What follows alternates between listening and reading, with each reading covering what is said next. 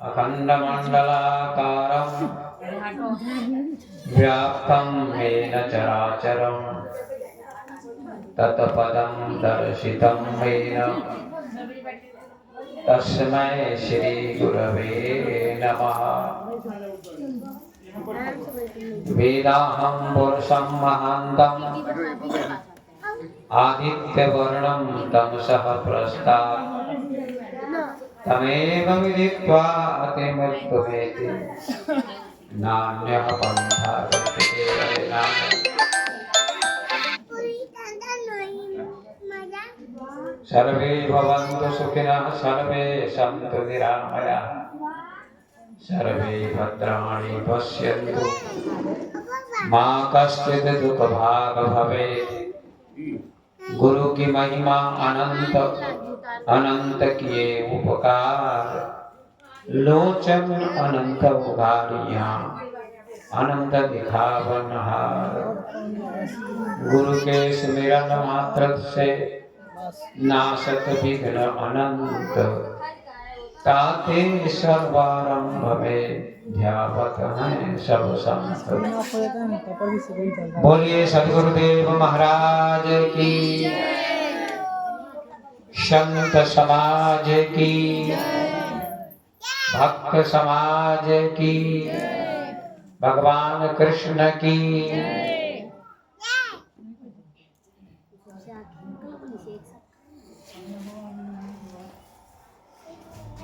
श्री रामपुर ग्रामवासी भक्त सज्जनों,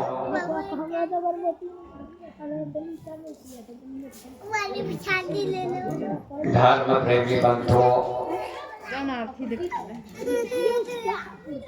भक्ति स्वरूपा माता बहनों एवं बच्चों, आज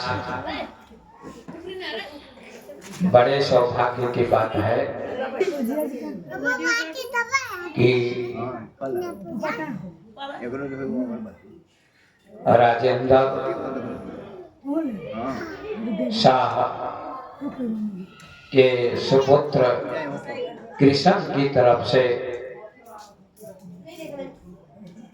कार्यक्रम का आयोजन किया गया है। घर में है यह कार्यक्रम, सत्संग का कार्यक्रम है, सत्संग का आयोजन है। इसके पहले सुनते हैं 3 दिनों से कार्यक्रम चल रहा है।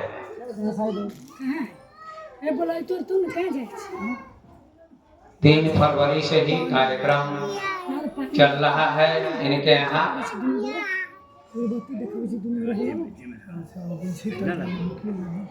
राजेंद्र जी ने हमको फोन किया 15 दिन पहले कि गुरुजी आपको कार्यक्रम में आना होगा और दर्शन देना होगा तथा प्रवचन सुनाना होगा। इनका आग्रह था, तो इनके आग्रह को मैंने स्वीकार किया और आया हूँ। तो आइए सभी लोग सुनने का प्रयास करें। राजेंद्र जी के पुत्र कृष्ण की तरफ से जो कार्यक्रम हुआ है, लगातार कई कार्यक्रम हुए हैं जिनमें मैंने सुना है कि सरस्वती पूजा भी हुई और सीताराम नाम का जाप भी हुआ और भी शायद कोई कार्यक्रम हुआ, शायद जागरण हुआ कि क्या हुआ पता नहीं। इस प्रकार से कृष्ण की तरफ से ये सारे कार्यक्रम हुए हैं और आज मेरे द्वारा सत्संग का आयोजन किया गया है।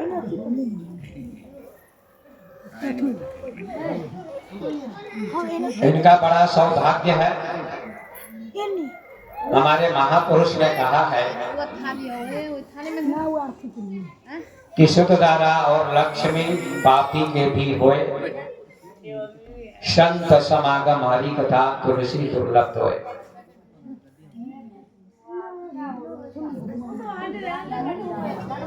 इस दोहे के अंतर्गत संत ने कहा है कि सुत मतलब बेटा, दारा माने पत्नी, लक्ष्मी माने धन। ये चीजें पापी के पास भी होती हैं। बातें मत करिए, आप लोग सुनिए। अब बातचीत बंद कर दीजिए, एक एक शब्द सुनिए। इस दोहे में संत कहते हैं कि सुतदारा और लक्ष्मी पापी के भी होए, संत समागम हरि कथा तुलसी दुर्लभ होए। तुलसीदास जी कहते हैं कि सुत माने बेटा पुत्र, दारा माने पत्नी और लक्ष्मी माने धन। ये तीन चीजें पापी के पास भी होती हैं। चोर के पास भी होती है, डाकू के पास भी होती है, हत्यारे के पास भी होती हैं। ये तीन चीजें। लेकिन संत समागम हरि कथा, आगे की पंक्ति में कहते हैं कि संतों का समागम, समागम का मतलब होता है सत्संग। संतों का सत्संग, संतों का आगमन, संतों का दर्शन,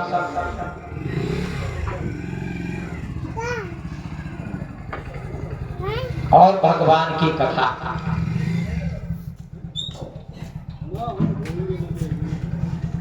ये दो चीजें दुर्लभ हैं। ये दो चीजें सबके पास नहीं होती हैं। सबके घर पर संत नहीं जाते हैं, महापुरुष नहीं जाते हैं। जिनके मन में श्रद्धा होती है, भाव होता है, प्रेम होता है, उन्हीं के दरवाजे पर गुरु और संत का आगमन होता है। तो संत का दर्शन, संत का समागम और भगवान की कथा, ये दो चीजें दुर्लभ है।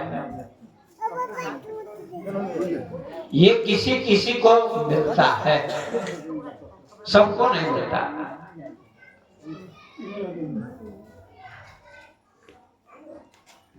सरस्वती पूजा हो गई, नवाह क्या कहते हैं, अष्टजाम हुआ, और कोई कार्यक्रम हुआ, पर साथ ही साथ राजेंद्र जी का विशेष आग्रह था। यद्यपि मैं अस्वस्थ हूँ, काफी बीमार हो गया था, 5 दिन पहले आने की स्थिति नहीं थी, फिर भी इनके प्रेम के चलते मुझे आना पड़ा। राजेंद्र जी का इतना प्रेम है कि जब प्रेम अगाध होता है तो नियम बदल जाता है संत का, और आना पड़ता है। आप लोगों ने सुना होगा कि प्रबल प्रेम के पाले पड़ के प्रभु को नियम बदलते देखा, अपना मान टले टल जाए पर भक्त का मानना डरते देखा। भगवान अपना नियम तोड़ देते हैं भक्त के सामने।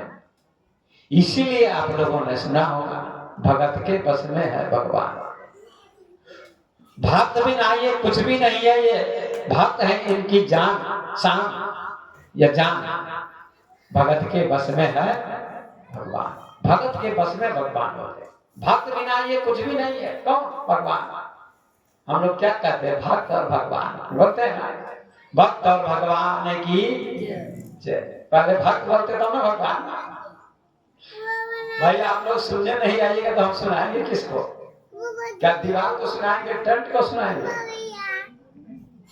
भक्त लोग सुनते हैं तो भगवान सुनाते हैं, संत सुनाते हैं। इसलिए कहते हैं भगत के बस में है भगवान।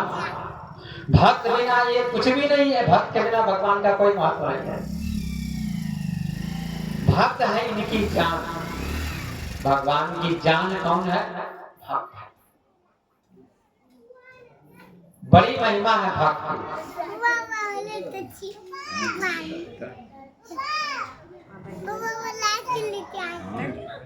तो हमारे राजेंद्र जी के आग्रह पर, निवेदन पर मैं आ गया हूँ। कल भी एक जगह गया था मैं। अभी बोलने की स्थिति मेरी नहीं है, इतनी तबीयत खराब हो गई थी। फिर भी कल मैं गया था परवाहा के पास एक गांव में अंदौली। वहां भी एक भक्त का देहांत हो गया था। उनके नाम पर भंडारा था, सत्संग था और भी संत महात्मा आए थे। मुख्य अतिथि मैं ही था, मेन अतिथि। तो मुझसे आग्रह किया गया कि आपको आना ही पड़ेगा, चाहे 10 मिनट बोलिए चाहे आधा घंटा बोलिए, पर आपका दर्शन सारा गांव चाहता है। बड़ी प्रतीक्षा लोगों की है। गाड़ी लेकर गए, मैं गया वहां और आधा घंटा ज्यादा से ज्यादा बोलना था। 1 घंटा बोला मैं। फिर उसके बाद मैंने विराम दे दिया कि अब नहीं बोलूंगा। तबीयत उतनी अच्छी नहीं है, स्वास्थ्य उतना अच्छा नहीं है। पर सुनने वाले सब लोगों ने कहा नहीं बाबा कुछ देर और सुनाइए। हम लोग को अच्छा लगता है। बड़ी भीड़ थी यहाँ, तो 10, 20, 25, 30 लोग हैं। वहाँ 500 लोग उपस्थित है मेरे नाम पर। हालांकि गायक भी आए हुए थे, लेकिन मेरी प्रतीक्षा में जब मैं बैठा तो पूरा पंडाल भर गया। पर यहाँ तो सुनते सुनते लोगों के कान पक गए हैं, श्रीरामपुर के लोगों को। कितना सुने। तो जो विशेष प्रेमी है वो लोग सुन रहे हैं, है ना। रामचरितमानस में तुलसीदास जी ने लिखा है कि जो कथा प्रवचन सुनते सुनते तृप्त हो जाता है कि अब क्या सुनना, बार बार वही बात। अरे भाई बार बार वही दाल चावल क्यों खाते हो? रोज नहीं खाओ। वही दाल, वही चावल, वही सब्जी, वही गोभी, वही आलू, वही टमाटर, वही दूध, वही दही। क्या कुछ और खाते हैं क्या? वही खाते हैं, जिंदगी भर खाते रहते हैं। फिर भी व्यक्ति का मन तृप्त नहीं होता है। जब तक जीवन रहेगा तब तक खाना पड़ेगा, नहीं तो जीवन नहीं चलेगा। ऐसे ही कथा जीवन भर सुनना चाहिए, प्रवचन जीवन भर सुनना चाहिए। एक दिन नहीं भाई, किसी को बैंक में 10 लाख रुपया बैलेंस है। अब उस आदमी को कहिए कि अब बैलेंस बहुत हो गया, अब मत करो। क्या उस आदमी का मन मानेगा? और चाहिए 10 लाख तो 20 लाख, 20 लाख तो 40 लाख, 40 लाख तो 80 लाख, 80 लाख तो 160 लाख। इच्छा बढ़ती जाती है। जब धन के लिए, पैसे के लिए, संपत्ति के लिए लोगों की इच्छा पूरी नहीं होती। क्या होती है? कभी नहीं होती है। इसी प्रकार से भक्ति के लिए, सत्संग के लिए भी कभी भी इच्छा घटनी नहीं चाहिए, इच्छा बढ़नी चाहिए। क्या और सुने? और सुने जो तुलसीदास जी कहते हैं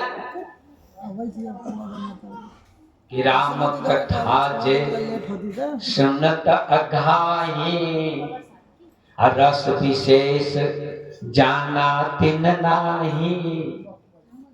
जो राम कथा सुनकर अघा जाते हैं, अघाना सब बोले हैं। क्या बोले हैं? अघाना। पशु को कहते हैं अघा गया, और मनुष्य को भी तुलसीदास जी कहते कभी कभी अघा जाता है मनुष्य। अब बहुत ज्यादा घास डाल दीजिए, घास बैल के सामने, गाय के सामने, तो दिन भर डालते रहिए घास, तो अघाएगा कि नहीं अघाएगा? कितना खाएगा, उसी को खाना बोलते हैं। लेकिन फिर भी कल तो खाना पड़ेगा ना। आज मुंह बंद कर लिया 2-3 घंटे के लिए, फिर तो कल भूख लगेगी, फिर खाना होगा। इसी प्रकार से तुलसीदास जी कहते हैं आदमी को जीवन भर कथा प्रवचन सुनना चाहिए। क्यों सुनना चाहिए? इसलिए सुनना चाहिए कि जैसे आपके कपड़े पर दाग लग जाता है, कपड़ा पहनते पहनते गंदा हो जाता है, तो हम लोग क्या करते हैं? साबुन पानी से धोते, कपड़ा साफ हो जाता है। और कपड़ा एक दिन नहीं धोना पड़ता है भाई, अभी जाड़ा है, अब तो फरवरी आ गए, फिर भी कुछ ठंड तो है। जाड़ा में 1 दिन 2 दिन नहीं धोता है तो मुश्किल से, लेकिन फिर तो धोना पड़ेगा। रोज झाड़ू लगाती है माता बहन, रोज भोजन बनाती है, रोज बर्तन साफ करती है, और रोज उन्हीं बर्तनों में भोजन बनाती है। ये जीवन भर का चक्कर चलता रहता है, नहीं तो जीवन चलने वाला नहीं है। जीवन भर भोजन बनाना पड़ेगा, भोजन करना पड़ेगा, झाड़ू लगानी पड़ेगी, कपड़ा धोना पड़ेगा, बर्तन धोना पड़ेगा, दुकान करनी पड़ेगी, खेती करनी पड़ेगी, बच्चों का पालन पोषण रोज करना पड़ेगा। इसी प्रकार से रोज भजन सत्संग करते रहना चाहिए, ताकि दाग क्रोध लोभ मोह का आपके ऊपर नहीं लगेगा।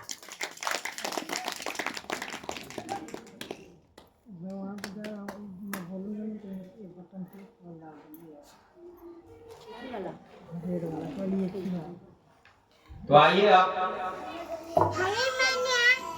ये माँ सरस्वती पूजा एवं जागरण, अष्टजाम एवं एकाह पूजा, मुंडन शुभारंभ एवं सत्यनारायण पूजा, बहुत कार्यक्रम कराया है कृष्ण ने।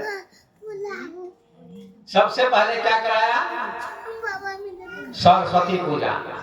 सुन लीजिएगा आप लोग, ध्यान से सुनिए सभी लोग। सबसे पहला कार्यक्रम क्या कराया है, किया है? सरस्वती पूजा। और सरस्वती पूजा में कितना खर्च किया होगा, फिर अष्टजाम में खर्च हुआ होगा, फिर जागरण में खर्च हुआ होगा, फिर भोज में खर्च हुआ होगा। हजारों रुपए खर्च हुए होंगे और बड़े उत्साह से खर्च किया है। बहुत हल्ला करते हैं आप लोग, शांति से सुनिए। तो सरस्वती पूजा के नाम पर कृष्ण महाराज ने बहुत खर्च किया है ना? कृष्ण ने बहुत खर्च किया, अच्छा किया, बुरा नहीं किया।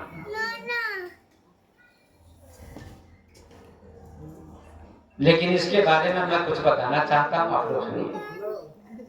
सरस्वती पूजा पूरे भारत में लगभग होती है, उत्तर भारत में ज्यादा, हर गांव में शहर शहर में सरस्वती पूजा होती है,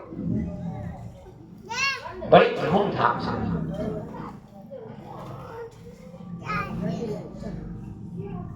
क्या कहते हैं? सरस्वती माता कौन है?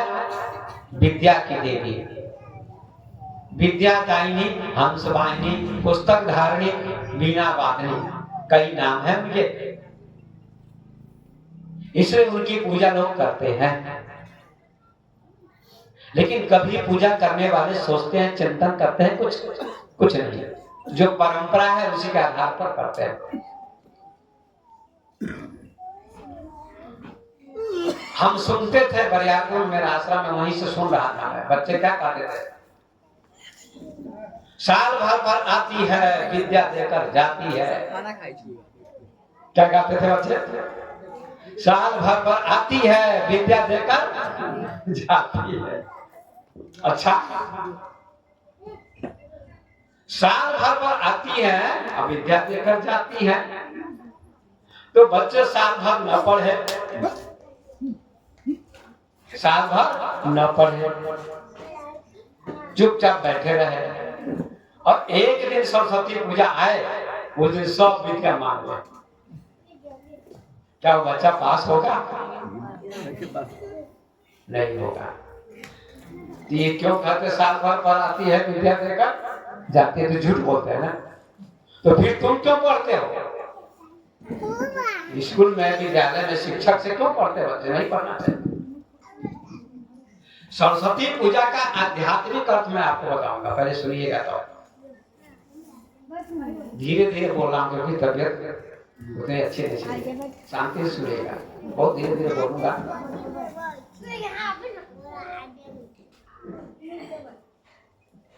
साल भर आप नहीं पढ़िए, कोई विद्यार्थी नहीं पढ़े, और एक दिन सरस्वती पूजा के दिन क्या सारी विद्या आ जाएगी? नहीं आएगी। मेहनत करनी पड़ेगी, पढ़ना पड़ेगा, अभ्यास करना पड़ेगा, कोचिंग करना पड़ेगा, विद्यालय जाना पड़ेगा, ट्यूशन पढ़ना पड़ेगा, तभी ना विद्वान बनेगा, मास्टर बनेगा, प्रोफेसर बनेगा, डॉक्टर बनेगा। कि एक के दिन सरस्वती पूजा मना देगा और डॉक्टर बन जाएगा, शिक्षक बन जाएगा? नहीं बनेगा।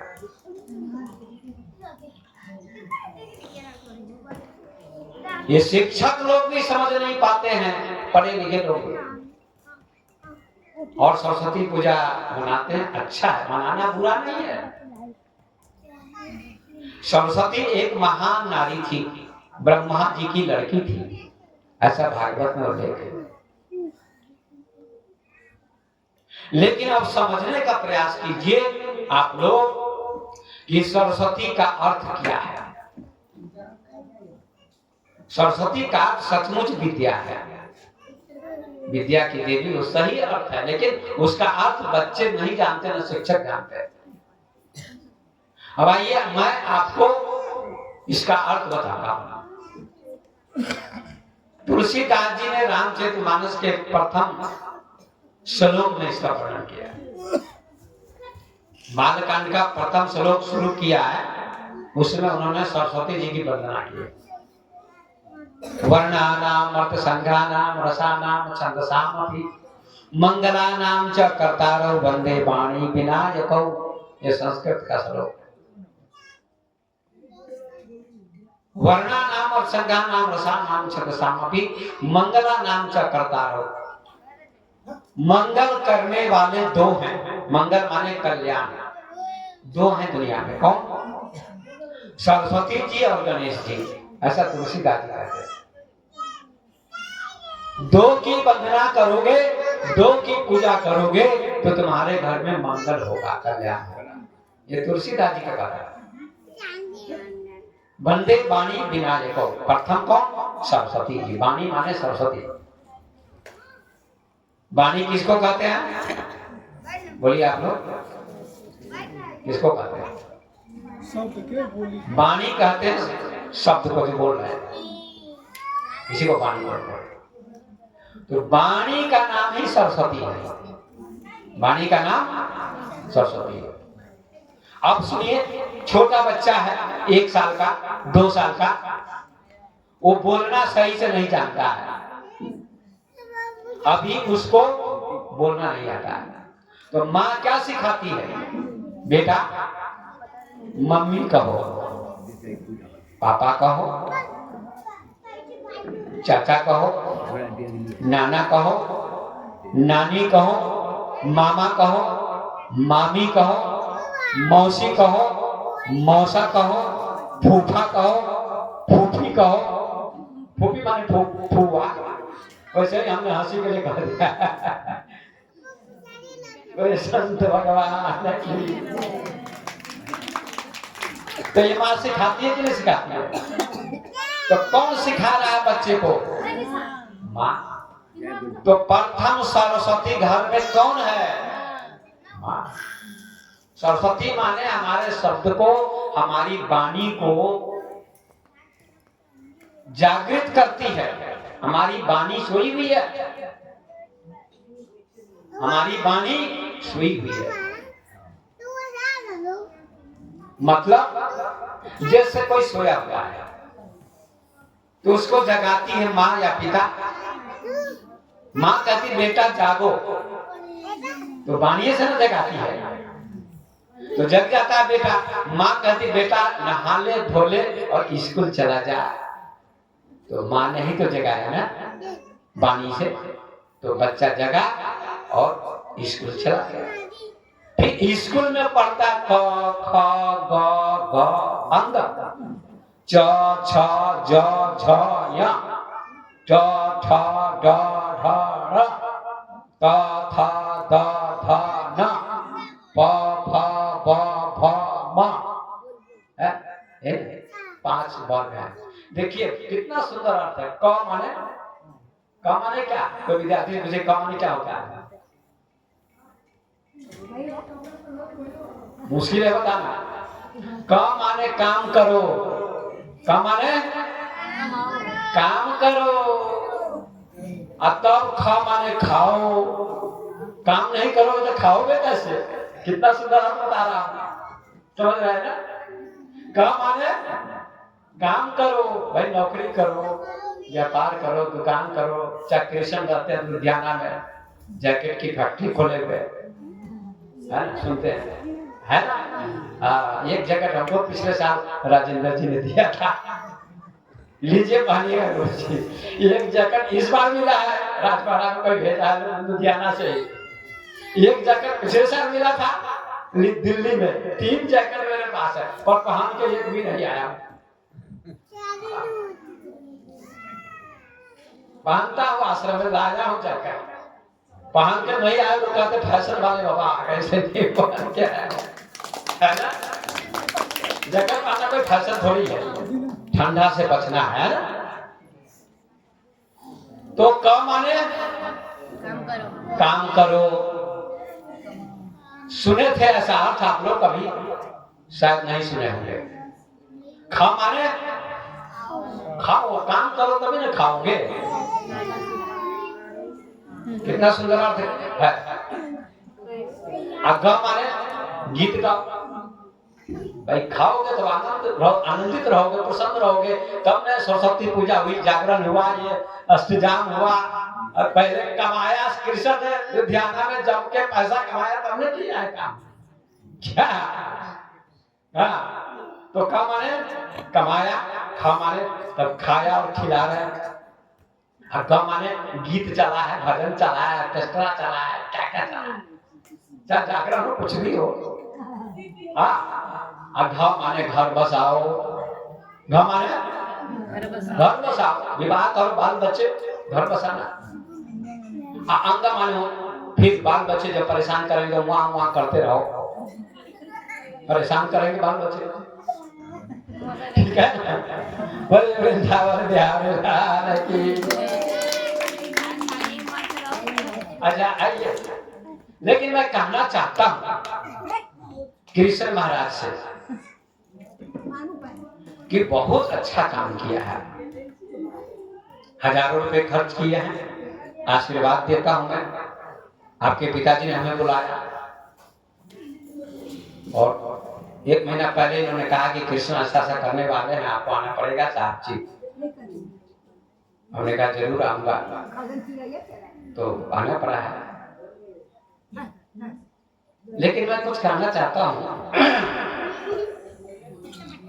इतना खर्च किए हैं बढ़िया बात, लेकिन सरस्वती जो पहली सरस्वती हमारी माँ है, मतलब आपकी माँ, हमारी माँ, किसी की माँ,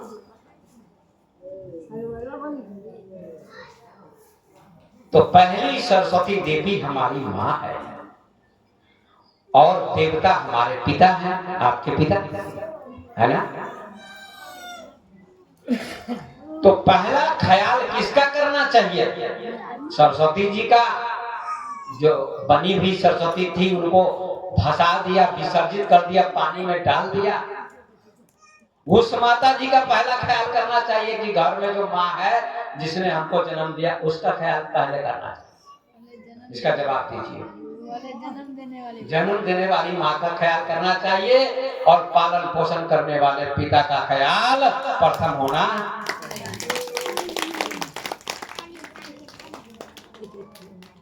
किसी ने गाया है, जिसके दिल में दया का खजाना नहीं, जिसके दिल में दया का खजाना नहीं, राम का नाम लेने से क्या फायदा। आप लोग विवाह होता है तो सभी गीत गाती है महिला, और जिनके यहाँ गीत होता है वो बहुत सेवा करती है महिला सब। कटोरी में मिश्री इलायची कुछ देती है खाने के लिए, सुनते गला साफ करके गाओ, और 2-2 बजे रात तक भजन चलता है विवाह के गीत। तो यहाँ भी गाइए, वहाँ तो थकती नहीं है और लाज शर्म भी नहीं लगती महिला सब। माइक में गाली ऐसी ऐसी देती रहती है, हम लोग काम कर रहे थे। ये भगवान जो शब्द नहीं बोलना चाहिए वो भी बोलती रहती है, सुनते रहते हैं हम लोग। अब क्या करें, बंद तो कर नहीं सकते, तो कम से कम यहाँ भजन तो कर, मुंह को शुरू कर। जिसके दिल में दया का खजाना नहीं, राम का नाम लेने से क्या फायदा। जिसके दिल में दया का खजाना नहीं, राम का नाम लेने से क्या फायदा। दान का हाथ आगे बढ़ाया नहीं, दान का हाथ आगे बढ़ाया नहीं, खाली माला घुमाने से क्या फायदा। गाइए, दान का हाथ आगे, खाली माला घुमाने से क्या फायदा। जिसने माता पिता की न सेवा किया, जिसने माता पिता की न सेवा किया, उसको गंगा नहाने से क्या फायदा। जिसके दिल में दया का खजाना नहीं, राम का नाम लेने से क्या फायदा। क्या सुंदर कहा। दिल में क्या होना चाहिए? दया। ये बच्चा को थोड़ा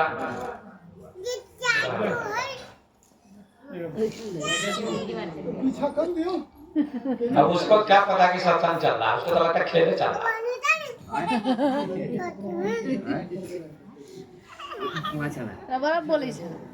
छोटा बच्चा है, कैसे ना बोले के मुंह बंद करे के। मम्मी पापा छोटे बच्चे से कितना प्रेम करते हैं ना, बहुत प्रेम करते हैं, बड़ी दया है बच्चों के प्रति। चाहे कृष्ण के बच्चे हो चाहे आपके बच्चे हो, बच्चे के प्रति दया होती है नहीं। सुनिए ध्यान से, इधर उधर मन को मत पड़ाइए। बच्चे के प्रति दया होती है कि नहीं होती है? सबकी होती है। माँ भूखा रहकर अपने बेटे को खिलाना चाहती है कि मैं भूखा रहूं तो रहूं, लेकिन मेरा बेटा भूखा। जरा सोचिए, आज अपने बच्चे से आप प्यार करते हैं कृष्ण कि हमारी बेटी हमारा बेटा कितना प्यारा, और लाखों रुपए खर्च करते हैं सभी लोग। अभी तो मैं आपके ऊपर फोकस कर रहा हूँ, है सबके लिए कथा, लेकिन फोकस आपके ऊपर। लाखों रुपए बच्चों पर खर्च करते हैं मम्मी पापा कि हमारे बच्चे पढ़ लिखे अच्छे बने, और एक दिन डॉक्टर इंजीनियर बन जाए, पैसा कमावे और हमारी सेवा। यही नहीं इच्छा रहती लोग बुढ़ापे में? यही इच्छा रहती कि नहीं रहती है कि बुढ़ापे में हमारी सेवा करे बाल बच्चा बेटा, पैसा कमावे। लेकिन आपके माता पिता, अगर आपके माता पिता ने भी तो ऐसा ही आपका पालन पोषण किया होगा ना। जरा सोचिए, जिस दिन माँ के गर्भ में आप रहे होंगे 9 महीने तक, माँ ने कितना सितम उठाया होगा। कितना परिश्रम, कितना कष्ट। गर्भ में बच्चे को ढोती है, संभाल संभाल के चलती है, और जब जन्म होता है बच्चे का तो दूध पिलाती है, गोद में रखी रहती, पेशाब कर देता है, पैखाना कर देता है ना। क्या माँ को कभी घृणा होती है? नहीं, पोषती है, साफ करती।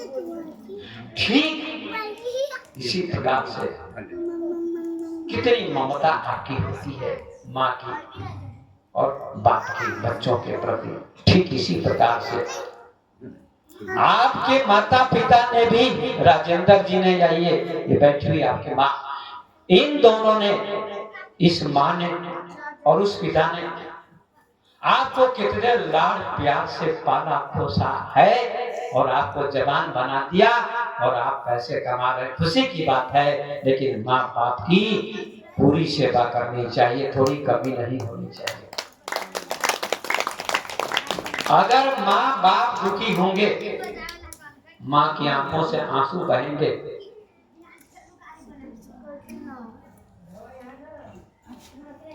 माँ की आंखों से आंसू बहेंगे। हमारे इंद्र जी ने इस बात पर कुछ अर्पण किया बहुत खुशी की बात है। माँ बाप की आंखों से आंसू बहेंगे तो किसी को सुख नहीं मिलेगा, न हमको न आपको, किसी को सुने। मैं साधु बन गया, फिर भी जब मैं जाता था माँ से भेंट करने तो माँ के चरणों में साष्टांग प्रणाम करता था, सिर झुकाकर। और मेरी माँ बहुत रोती थी और देहाती भाषा में बोलती थी, हमारा बेटा, हमारा बउआ साधु बन। फूट फूट कर रोती थी। मैं कहता था माँ, मैं हिंदी में बोलता था, मुझे भी घमंड था उस समय, मैं पढ़ा लिखा विद्वान हूँ। अब वो घमंड टूट गया, अब उससे भी ज्यादा विद्वान बन गया, लेकिन हम घमंड नहीं है। मुझे देहाती भाषा में उनसे बात करनी चाहिए, लेकिन मैं हिंदी में बोलता था, ये मेरा घमंड था शुरू शुरू से। इतना कहता था, माँ रो नहीं, मेरे सिर पर हाथ रखो, और मैं चरण भी दबाता था, जाकर उनका पैर भी दबाता था। साधु होने के बाद में जब भी जाता था उनका चरण दबाता था, माता का भी और पिता का भी। उनकी आंखों से आंसू झरझर बहते रहते थे और मेरे सिर पर हाथ रखते और कहते थे, मेरा बेटा हजारों का गुरु बने, हमारा बेटा हजारों के गुरु बने, हे गुरु महाराज। आज उनका आशीर्वाद है कि मैं हजारों का गुरु बन चुका हूं। ये प्रथम आशीर्वाद मां का है। मां के दिल जैसा किसी का दिल नहीं। गुलशन कुमार ने गाया है, जिनको गोली मार दी गई थी, वैष्णो देवी में उनका लंगर अभी भी चलता है। बहुत परोपकारी व्यक्ति थे, ऐसे परोपकारी को भी लोग मार देते हैं। उन्होंने लिखा, मां के दिल जैसा किसी का दिल नहीं। और कैसे तू गाता है, बहुत बढ़िया से आंखों से आंसू आ जाएंगे कि एक लड़के का एक लड़की से प्यार हो गया। लड़की भी कहती आई लव यू, लड़का भी कहता फोन पर एकांत में जाके घर से बगल में, आई लव यू, कैसे हो, थैंक यू, ठीक हूँ। लड़की ने कहा, तुम हमसे प्यार करते हो? कहा हाँ करता हूँ। सच्चा प्यार करते हो? सच्चा प्यार करते हो? हाँ हाँ करता हूँ। सुनिएगा जरा, तो एक काम करोगे? लड़की कहती है, हाँ हाँ करूंगा, जो तुम कहोगे, आकाश पाताल छान दूंगा, चलो जाओ। लड़की कहती है, तो एक काम करो, अपनी माँ का कलेजा काट कर ले आओ, हमको दिखा दो, यही चाहिए। सुनिएगा, लड़का जाता है, कहता ठीक है, अभी लाता। जाता है, माँ को मारता है, पकड़ के खत्म कर देता है और उसका कलेजा निकाल लेता है और उस लड़की को जाकर देने जा रहा है। बहुत लंबा गाया है उसने, मुझे याद नहीं हुआ। तो जा रहा है, रास्ते में उसको ठोकर लग गई। ठेस गिर गया और कलेजा भी गिर गया। तो कलेजे से आवाज आती है, माँ के कलेजे से, मेरा लाल, मेरा बेटा, तुझे चोट तो नहीं लग गई? जरा सोचिए, माँ के कलेजे से आवाज आती है कि मेरा बेटा, तुझे कहीं चोट तो नहीं लग गई?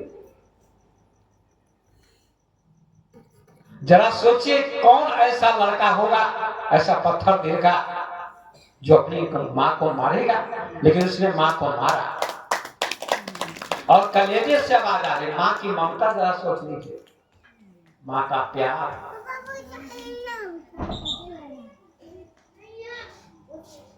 फिर उठाया, उस पत्थर दिल लड़की के पास गया, कहता है ले आया है, लो।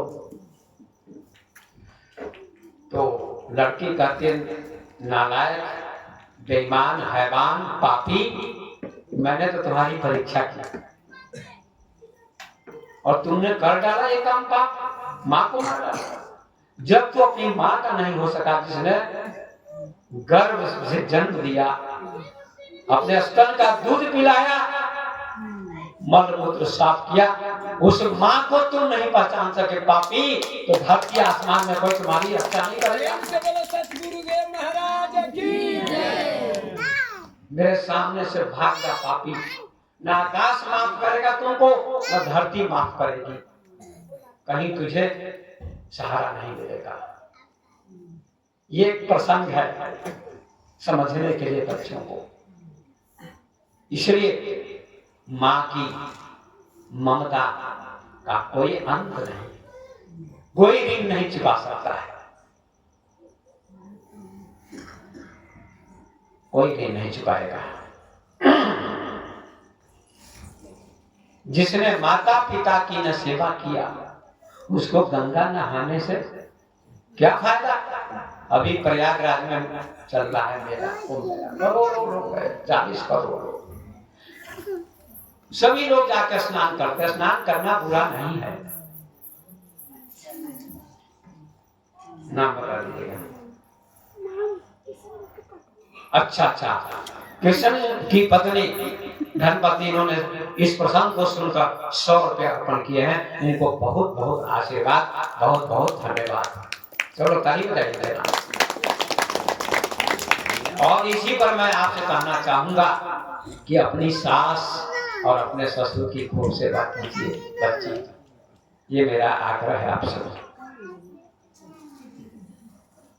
तीनों लोकों में कहीं दुख नहीं मिलेगा यदि आप सास और ससुर की सेवा करिएगा और कृष्ण माता पिता की सेवा करेंगे, तो तीनों लोकों में कहीं दुख नहीं मिलेगा। सुख की वर्षा होगी, सुख की वर्षा, आशीर्वाद की वर्षा। महाभारत में आपने सुना होगा कि जब भीष्म पितामह के पास कुंती जाती थी, पांडव की मां, गांधारी जाती थी, द्रौपदी जाती थी, तो प्रणाम करती थी। प्रणाम करती थी तो भीष्म पितामह क्या कहते थे? क्या कहते थे? सौभाग्यवती भव, मतलब तुम्हारा सुहाग सदा बना रहे, उजड़े नहीं। भाई पति जब तक रहेगा तभी ना सुहाग रहेगा, पकड़ अखंड सौभाग्यवती हो। कितना सुंदर आशीर्वाद है। आशीर्वाद लीजिए माता पिता का।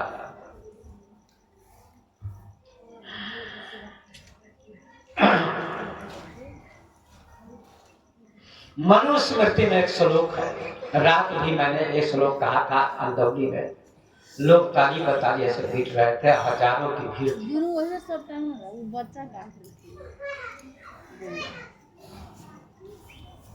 ध्यान से सुनिए। अभिवादन शिलस्य नित्यं वृद्धोपसेविना चत्वारि तस् वर्धन्ते आयुर्विद्या यशोबा। ये मनुस्मृति का श्लोक है। इसका अर्थ क्या है सुनिएगा। सब बच्चों के लिए बात लागू हो रही है। माता पिता के प्रति, गुरु के प्रति कैसा भाव होना चाहिए। अभिवादन, अभिवादन माने प्रणाम। माता को पिता को अलग से प्रणाम मत करिएगा। कैसे करिएगा? करते हैं कृष्ण एक दिन की सब साथ में नहीं है तो सब इसलिए नहीं, तो वहीं से प्रणाम करते हैं ना मन में, कि झूठ बोलते हैं, ईमानदारी पूर्वक सब दिन स्नान करके और माता पिता को खाली प्रणाम न करिए। खाली लोग कहते हैं ना गोर लगी छे मगर हाथ ना लगी छे।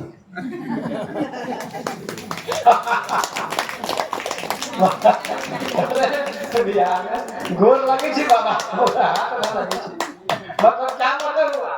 प्रणाम खाली करते खिलाएंगे पिलाएंगे नहीं, हाँ भैया रहिए। बिना सब काम माये के विचार से बोले, मतलब वो बात मैं नहीं कर रहा। अच्छा किए हैं, करना अच्छा, बहुत अच्छा किए। मैं ये कह रहा हूँ सेवा में त्रुटि नहीं होना। सुबह साफ प्रणाम। और क्या चीज की कमी है फोन पर पूछिए। माँ किसी की कमी है, पैसे की कमी है, कपड़े की कमी है, बोलो, मेंटेन करिए। और पिता से भी पूछिए। ऐसे पिता धर्मात्मा इतने बड़े सत्संगी, इतने बड़े सत्संगी, इतने प्रेमी। यहाँ सरिता बैठी हुई है, कामनी की बैठी हुई है, ये बैठी हुई राजनारायण जी की पत्नी, और भी सब महिलाएं उधर बैठी हुई हैं। इन लोगों का बहुत अच्छा प्रेम है। तो ये राजेंद्र जितने प्रेमी आदमी हैं यहाँ श्री रामपुर में, पुरुष में सबसे प्रिय प्रेमी हमारे राजेंद्र जी हैं। पुरुष में सबसे प्रिय। और महिला में सब भाई है ना, सरिता है, कामनी जी है, ये सब सभी प्रिय है। बराबर सत्संग करती हैं सब रविवार के रविवार। बहुत अच्छा। अभी एक महीना पहले बुलाया था सरिता ने घरवास में, प्रवचन भी किया था, संतों को भोजन दिया था, भंडारा। अच्छा भाव है सरिता का भी, बहुत अच्छा भाव, कामनी जी का भी, तो इन लोगों का भी सब था। तो सुनिएगा, अभिवादन शिरस्य, प्रणाम करिए। कैसे? सिर झुका के। कैसे करना चाहिए? ऐसे नहीं टाटा बाय बाय, आजकल बच्चे लोग करते हैं ना चलने के समय। हम लोग को कोई बहुत कर देते हैं टाटा बाय बाय। क्या करें? तो प्रणाम कीजिए हाथ जोड़ के, दोनों हाथ जोड़ के, सिर झुकाइए चरण में, और आवश्यकता को पूछिए। क्या चीज की कमी है? बाबूजी। आजकल के लोग तो बाबूजी नहीं कहते हैं, पिताजी। जानते ही आप लोग क्या कहते हैं? Mummy papa. और उससे भी आगे बढ़ गए हैं लोग, डैडी, और डैडी से डैड, और मम्मी से मामा। उससे अच्छा तो मामा कहो।